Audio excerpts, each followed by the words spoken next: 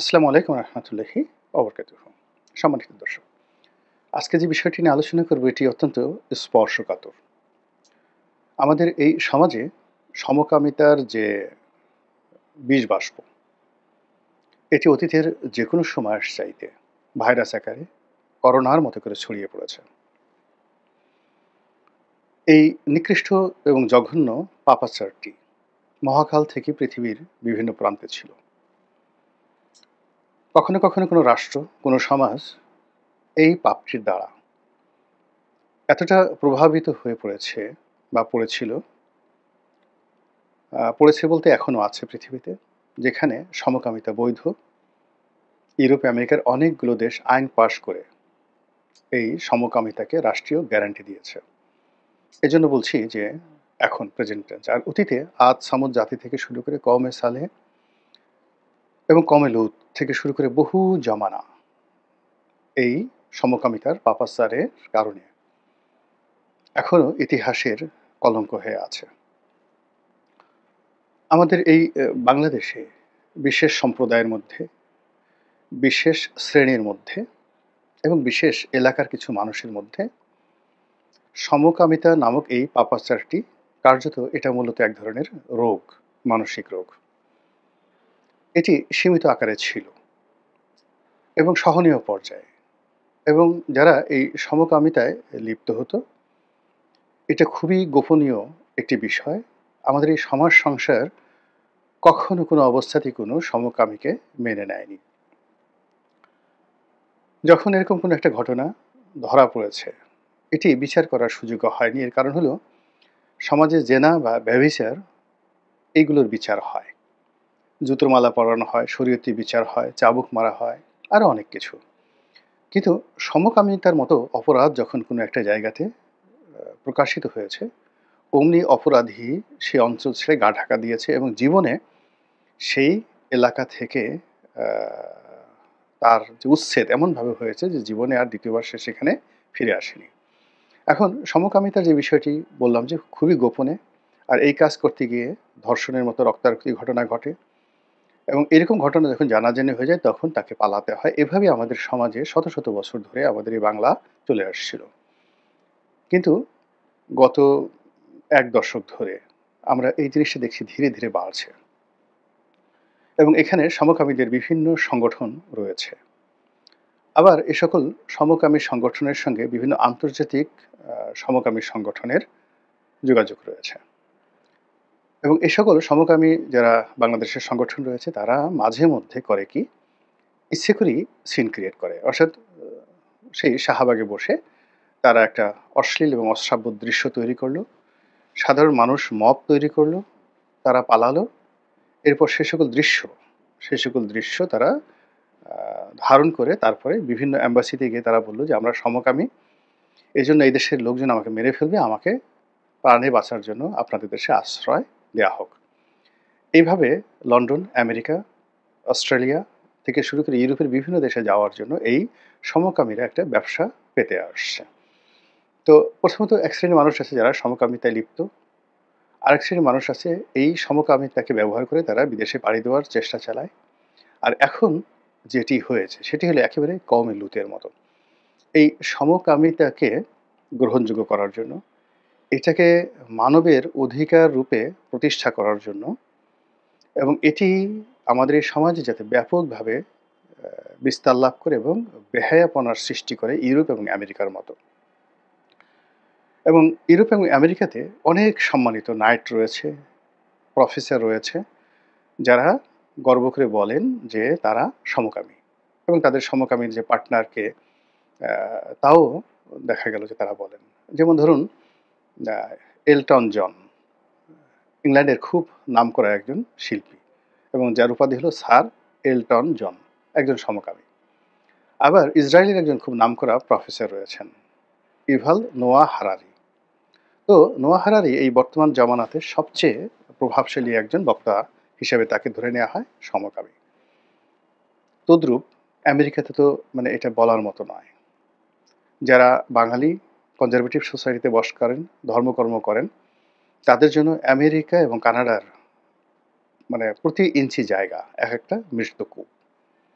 এবং সেখানে পুরুষ কর্তৃক নারী ধর্ষণের যে হার, তার চাইতে এখন পুরুষ কর্তৃক পুরুষ ধর্ষণের হার বেড়ে গেছে, বিশেষ করে শিশু ধর্ষণ।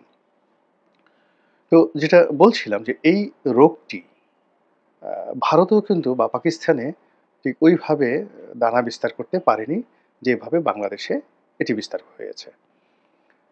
ঢাকার যে সকল নব্য ধনীদের অঞ্চল আছে, অবৈধ টাকার যেখানে রমরমা ব্যবসা, সেখানে যৌনতা বলতে আগে যেভাবে বুঝাতো, নারী এবং পুরুষের অবাধ যে কামলিপ্সা চরিতার্থ করার যে বিকৃত মহড়া, তার সঙ্গে মাদক, তার সঙ্গে অস্ত্র, তার সঙ্গে রাজনীতি, এই যেমন ধরুন ওয়েস্টিনের সেই পাপিয়া কাণ্ডের মতো, এগুলো এখন রূপবতীদের কবলে পড়ে বিকৃত সেই যৌন লালসা, পুরুষে পুরুষে, নারীতে নারীতে, এই যে সমকামিতা, এটি এখন আমাদের এই সমাজের সবচেয়ে বড় ক্যান্সার। এবং এই ক্যান্সার নিয়ে আমরা যখন ফুঁসছি, তখন বাংলাদেশে খুবই চাঞ্চল্যকর দুটো ঘটনা ঘটেছে। এটা আন্তর্জাতিক একটা চক্রান্তের ফল। প্রথমত, যে আন্তর্জাতিক মানবাধিকার সংস্থার একটা অফিস বাংলাদেশে খোলা হয়েছে।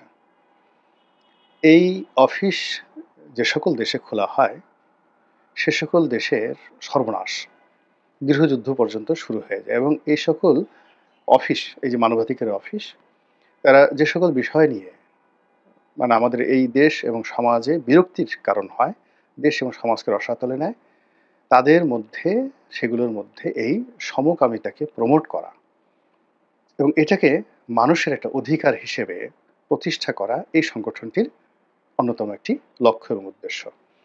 এবং এই ডক্টর মোহাম্মদ ইউনূসের এই জমানাতে হঠাৎ করে দেখা গেল জাতিসংঘের এই সংস্থাটি বাংলাদেশে সেই তাদের অফিস খুলে বসেছে। জানিয়ে আমাদের তৌহিদি জনতা, আলেম এবং ওলামা সমাজ, তারা রীতিমতো ক্ষোভে ফুঁসছে। শুধুমাত্র যে এই সমকামিতার এই বিষয় নয়, তারা মানবাধিকারের নামে আগামীতে যা কিছু ঘটাবে আমাদের এই দেশে, যার ফলে কি হলো, তৃতীয় বিশ্বের একটা দেশে আইন এবং শৃঙ্খলা রক্ষা করার জন্য যা কিছু করার দরকার, এটা মূলত এই মুহূর্তে সরকার বা আইন শৃঙ্খলা রক্ষাকারী বাহিনী সেটা করতে এখন যেমন পারছে না, আগামীতে পারবে না। আরও বিপদ বিপত্তি শুরু হয়ে যাবে। ফলে কি হলো, সমাজে আনরেস্ট তৈরি হবে। এবং বিশেষ করে এই ধরনের যে বিকৃত রুচি রয়েছে, সমকামিতা, এগুলো নিয়ে যদি বাংলাদেশে প্রকাশ্যে কোনো কিছু একটা ঘটনা ঘটে এবং তার পক্ষে যদি জাতিসংঘ দাঁড়ায়, এই প্রতিষ্ঠানটি দাঁড়ায়, এবং সরকার যদি দেখা গেল যে জাতিসংঘকে সহযোগিতা করতে বাধ্য হয়, এর কারণ হলো যদি না করা হয়, বলা হয় যে তোমাদের বিরুদ্ধে এমবার্গো দেওয়া হবে, তোমরা এদেশে মানবাধিকার রক্ষা করো না, এদেশের মানুষ সব কাজ করতে পারে না নিজেদের ইচ্ছা মতো, কাজেই তোমাদের ইউরোপীয় ইউনিয়নে ব্যবসায়িক সুবিধা দেওয়া হবে না, আমেরিকাতে ট্যারিফ বাড়ানো হবে, ওয়ার্ল্ড ব্যাংক থেকে তোমাদের যে গ্র্যান্ট দেওয়া হয়, তোমাদেরকে যে লোন দেওয়া হয়, তোমাদেরকে যে সকল খয়রাতি সহযোগিতা দেওয়া হয়, এগুলো বন্ধ হয়ে যাবে। তো বুঝতে পারেন যে এরকম একটা অফিস সাম্প্রতিক সময় খোলা হয়েছে। এবং যেটা সবচেয়ে অ্যালার্মিং, যিনি এই দায়িত্বে এখানে আছেন, মানে যে মানবাধিকার কমিশনের অফিস করা হয়েছে, এই অফিসে যিনি প্রধান ব্যক্তি, ইতিমধ্যে তিনি ডক্টর মোহাম্মদ ইউনূসের সাথে দেখা করেছেন এবং বাংলাদেশে অফিস করছেন। তার বিরুদ্ধে সরাসরি অভিযোগ হলো তিনি একজন সমকামী। নাউজুবিল্লাহ মিন জালিক, আল্লাহ মাফ করুক। এইভাবেই সামাজিক মাধ্যমে এসেছে। কেউ এইভাবে, মানে আমি এই প্রথম বোধহয় ইউটিউবারদের মধ্যে বাংলাদেশে যারা কন্টেন্ট তৈরি করেন, এভাবে আমি এই কথাটা বলছি। কিন্তু এর আগে ফেসবুকে বিচ্ছিন্নভাবে কথাবার্তা হয়েছে, কিন্তু কোনো দায়িত্বপূর্ণ জায়গা থেকে এই কথাগুলো হয়নি। দু একটা টেলিভিশন টক শোতে, না ঠিক ওই ওটিটি প্ল্যাটফর্মে বা যাকে বলা হয় ইউটিউবের যে সাক্ষাৎকার ভিত্তিক যে অনুষ্ঠানগুলো হয়, সেখানে অনেকে এই ভদ্রলোকের ব্যাপারে বক্তব্য দিয়েছেন যে তিনি সরাসরি এই কর্মের সাথে জড়িত। এবং যেটি শোনা যাচ্ছে যে তার যে বেড পার্টনার বা তার যে সমকামী যে পার্টনার, তো সঙ্গত কারণে তাকে যদি বাংলাদেশে আনা হয় এবং তারা যদি একত্রে বসবাস করে, আপনি বুঝতে পারেন যে বেহায়াপনাটা, বেহাল্লাপনাটা কোন জায়গাতে চলে গেছে। এবং এর ফলে আমাদের যারা তৌহিদি জনতা, ধর্মপ্রাণ মানুষ, আলেম এবং ওলামা, যারা কেবলমাত্র আল্লাহকে খুশি করার জন্য, রাসূলকে খুশি করার জন্য অনেক কিছু করতে চায়, রাস্তায় নামতে চায়, তাদের ফিলিস্তিনিদের পক্ষে বিশাল সমাবেশ করলে ইসরায়েলের ঘোড়ার ডিম কিছুই হবে না, এটাও ওই আলেম ওলামাদের আবেগে মানে না, তারা রাস্তায় নামে। তো এই যে তারা রাস্তায় নামে, এটা একটা নিরপরাধ প্রতিবাদ, একটা আবেগের বিষয়। কিন্তু পশ্চিমারা এটাকে মনে করে যে এই বাংলাদেশে জঙ্গিবাদ হচ্ছে। এই এত দাড়ি, এত টুপি, এত লোকের যে সমাবেশ, এগুলো নিয়ে তারা পশ্চিমারা লাফালাফি করছে। তো এই যে পশ্চিমারা যে ডিপ স্টেট থিওরি বলেন, বাংলাদেশকে অস্থিতিশীল করার তাদের যে চক্রান্ত এবং বিভিন্ন অছিলায় বাংলাদেশের ইসলামপন্থী লোকদেরকে খেপিয়ে দেওয়া এবং তাদেরকে রাস্তায় নামা এবং তাদের মধ্যে বিভেদ এবং বিসংবাদ তৈরি করা এবং সমাজে বিভেদ এবং বিসংবাদ তৈরি করার যে পশ্চিমা চক্রান্ত, যে চক্রান্তের হাত ধরে তারা এখানে ঢুকতে পারবে, যে চক্রান্তের হাত ধরে তারা এখানে নাক গলাতে পারবে এবং যে চক্রান্তের হাত ধরে আমাদের যে শেষ সম্বল যা কিছু আছে, সেটা তেল হোক, গ্যাস হোক, আমাদের ভূমি হোক, একটা সময় তো আমাদের দেশে লক্ষ, লক্ষ নারী পুরুষকে ধরে নিয়ে যেত পশ্চিমারা শুধুমাত্র দাস হিসেবে বিক্রি করার জন্য। কাজেই তারা সাধু সন্ন্যাসী নন। তো সেই দিক থেকে একটা অনার সৃষ্টি তৈরি না করা পর্যন্ত তো তারা এইভাবে কাজগুলো করতে পারছে না। আর সেই অনার সৃষ্টি করার জন্য এরকম একটা ইস্যু যার সঙ্গে ধর্ম জড়িত, ঈমান জড়িত, একেন জড়িত এবং কোরআনে যেভাবে সমকামীদের সম্পর্কে লানত প্রদর্শন করা হয়েছে এবং ইসলামপন্থীদের জন্য সমকামীদেরকে প্রতিহত করা, তাদেরকে ঘৃণা জানানো, তাদেরকে বিচার করা, শরিয়তে আদালতে বিচার করা, প্রচলিত আদালতে বিচার করা এবং বিচারের জন্য আওয়াজ তোলা।